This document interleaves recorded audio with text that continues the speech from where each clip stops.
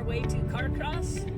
Have to deliver some charcuterie boards, crib boards, t-shirts and such. And the girls are all excited because on our way to Carcross we always stop at Bennett Lake and we stop at the desert. So stay tuned, it's going to be an awesome day. And Lisa's with us today, so she's joined the crew today. See you soon. Oh, and it's only 7 degrees so far. 7 degrees so far this morning in the middle of July. But it'll get warmer, I promise. One of my favorite parts of living in the Yukon is that even an ordinary drive feels like an adventure. This is the Alaska Highway on our way to Carcross. No matter how many times I make this trip, I never get tired of these beautiful, gorgeous mountain views. Welcome to Carcross Desert. It's often called the world's smallest desert. But for me, it's also one of Gracie and Callie's favorite places. If nobody else is around, this is where my girls get to run free. Seeing them race around the sand and just be dogs always makes my day. Release the hounds.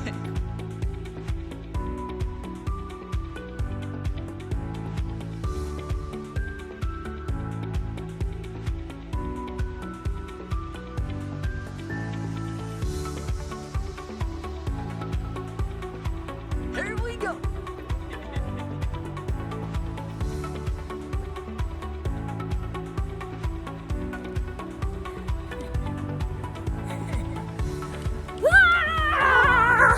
Retirement cardio, Yukon style. Who says retirement is about slowing down? Apparently, no one told us.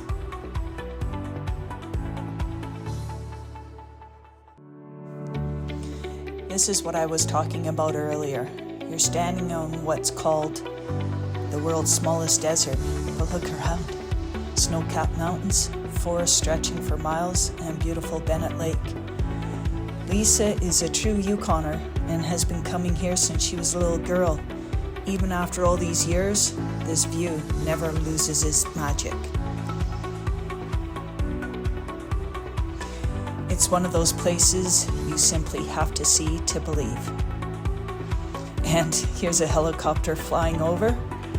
Whether you're exploring from the ground or from the air, the Yukon has a way of leaving you speechless.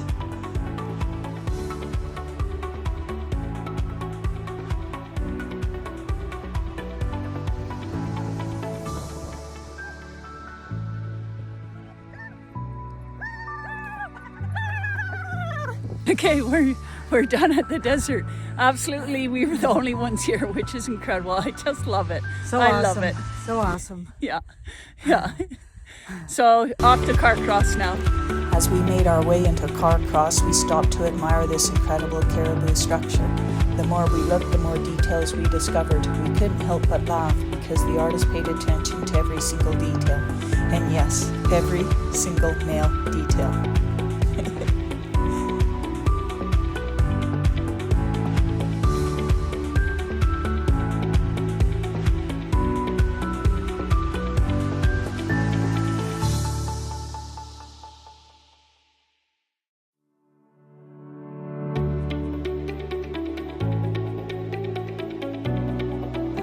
There, we know them. Look at that.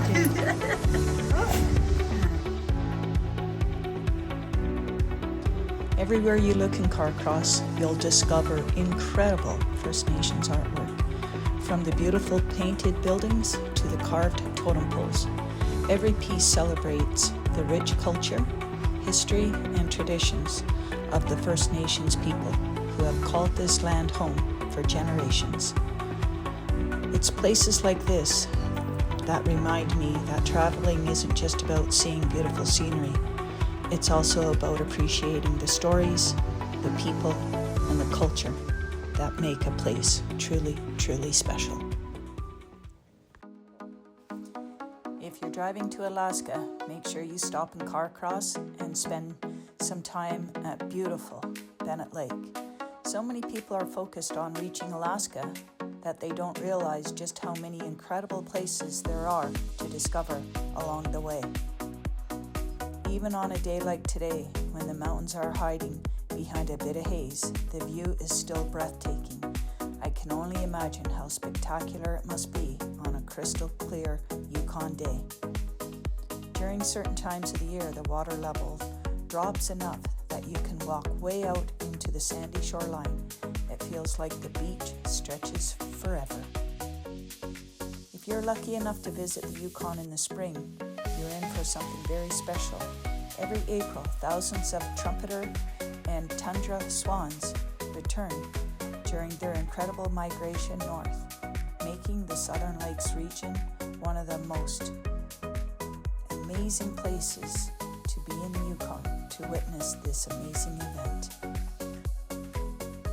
This is Aurora Gifts, one of my favorite stops in Carcross. Karen has created a beautiful shop that proudly showcases the work of local Yukon artisans, and I'm incredibly grateful that Kate's Yukon Creations is one of them. Watching Karen's reaction to a new piece never gets old. You'll find my olive wood and epoxy boards here alongside the work of many other talented Yukon artists. If you're driving to Alaska or just exploring the gorgeous Yukon, it's definitely worth stopping in and supporting local. One of the things I love about the Yukon is how local businesses support local artists. Aurora Gifts is filled with handcrafted treasures made by Yukon artisans, and I'm so thankful Karen has given my work a place on her shelves. Thank you so much, Karen.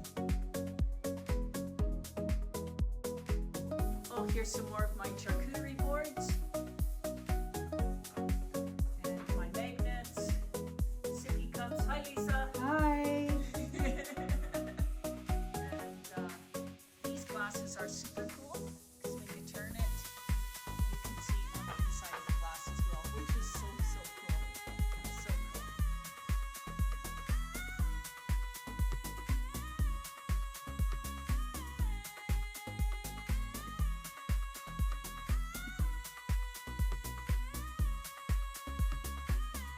Thanks, Karen. You're awesome. Thank you. Thanks for bringing it in.